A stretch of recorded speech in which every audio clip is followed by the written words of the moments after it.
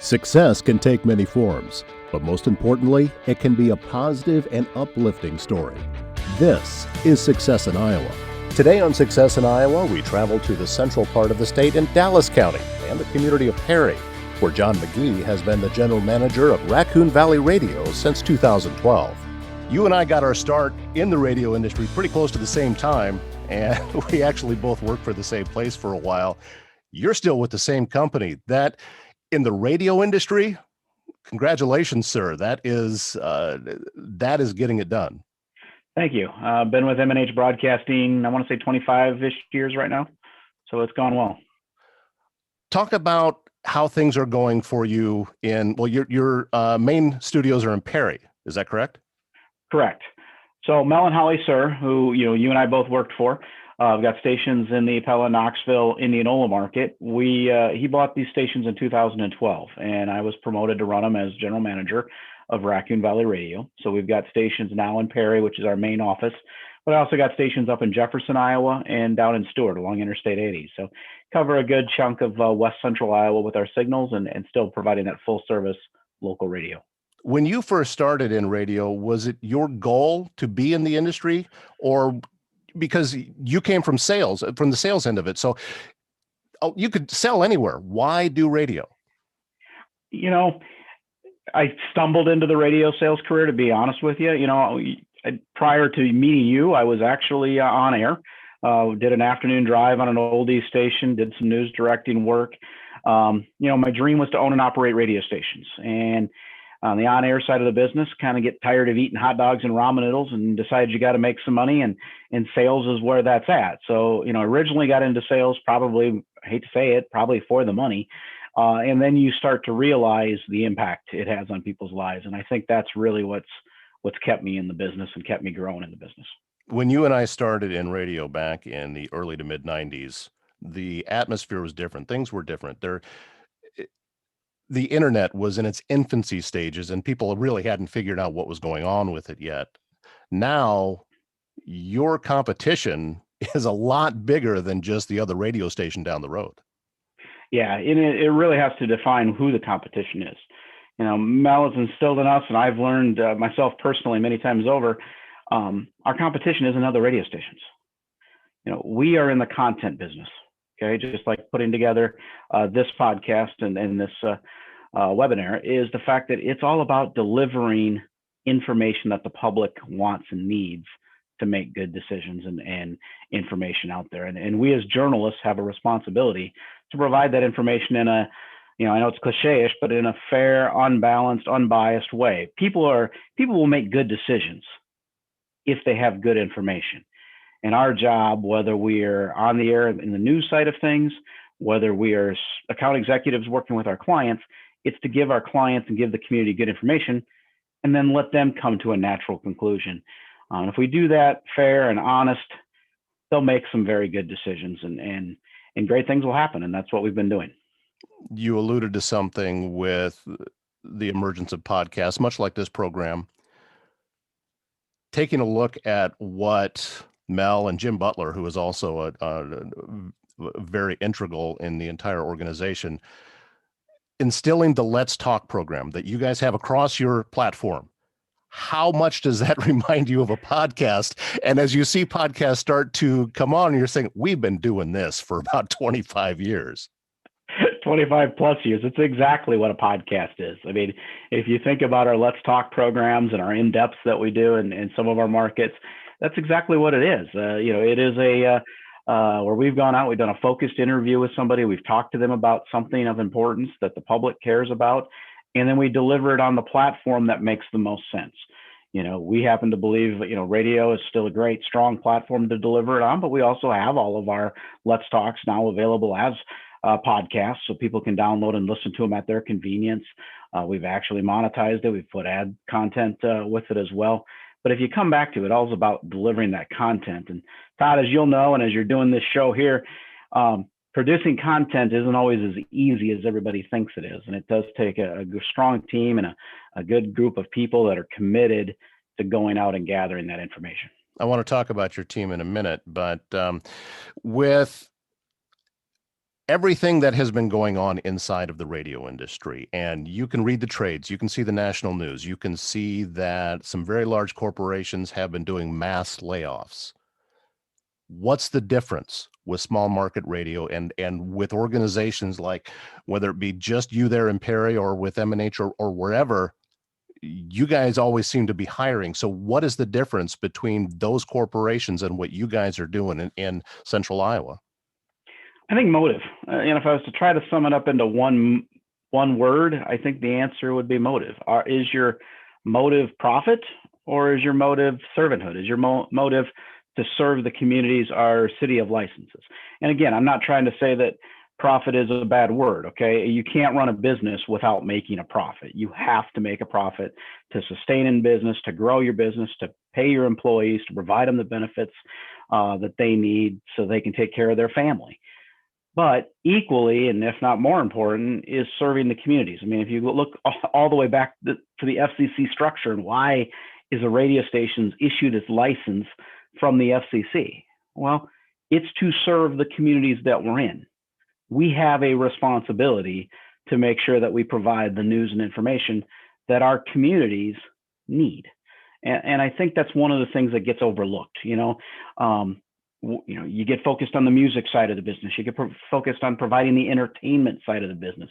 You get focused on the talk shows and the talking head side of the business, or you get focused purely on the sales side of the business and driving the revenue side of things. All of that's important to various degrees. It's kind of like a recipe where you got to put certain ingredients together to come up with a prize-winning formula. But all in all, it comes back to, at the end of the day, we're here to serve and take care of our communities. And if we're doing that well, we'll be rewarded. Can't do it without staff and having quality people on the air.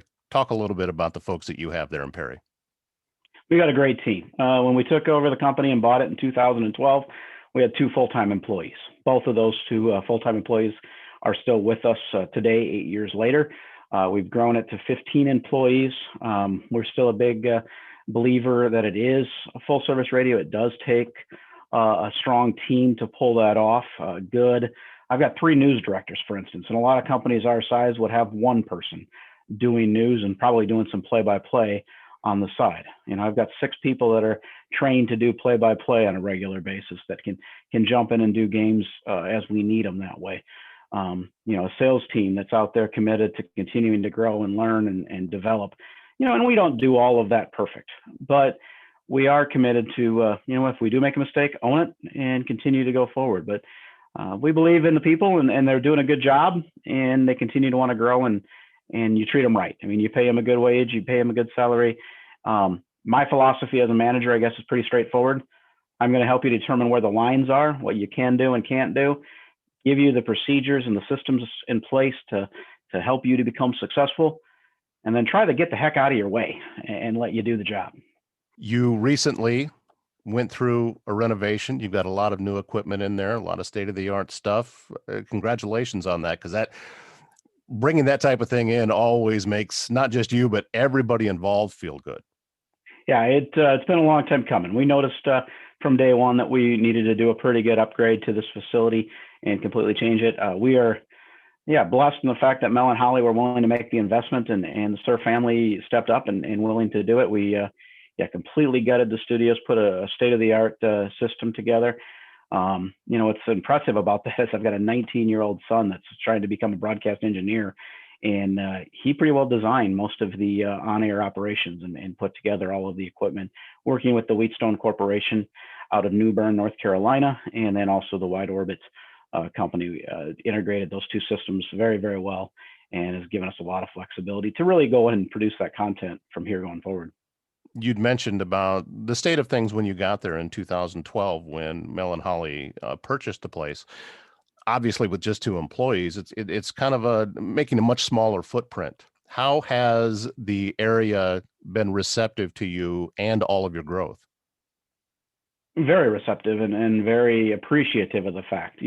Like anything, I think they were skeptical at first. I think they've had other people come in and talk about and promise doing these type of things, but then realized that, hey, you guys are actually doing it. You're actually taking steps towards it. And now 8 years later, in a complete major building remodel, they realize, we're not going anywhere.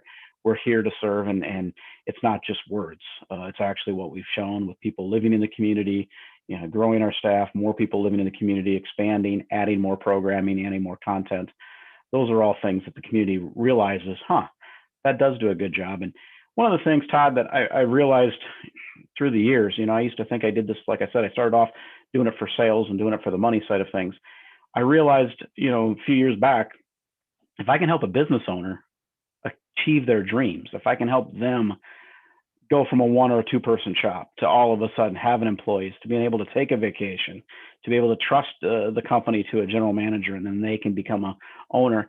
Those are some of the people that are giving the biggest money to help foundations, to help the schools, to help the libraries, to help our police and fire in the communities. So it's neat to see that happen. But even bigger than that, it transcends it a little bit when you start looking at it, is the more you can get a community focused on the same goals and the same objectives, and help the community understand the why we do what we do and why the community needs to rally around these points, you start to see the community advance and grow. And I think we're a big part of helping to do that. That is exciting. There's many places around the Midwest and around the country that are heading in the wrong direction and things are not going well. But when you put a business like yours into place, and it just kind of grows and it snowballs, and it gets kind of contagious that people want to start looking all in that same direction.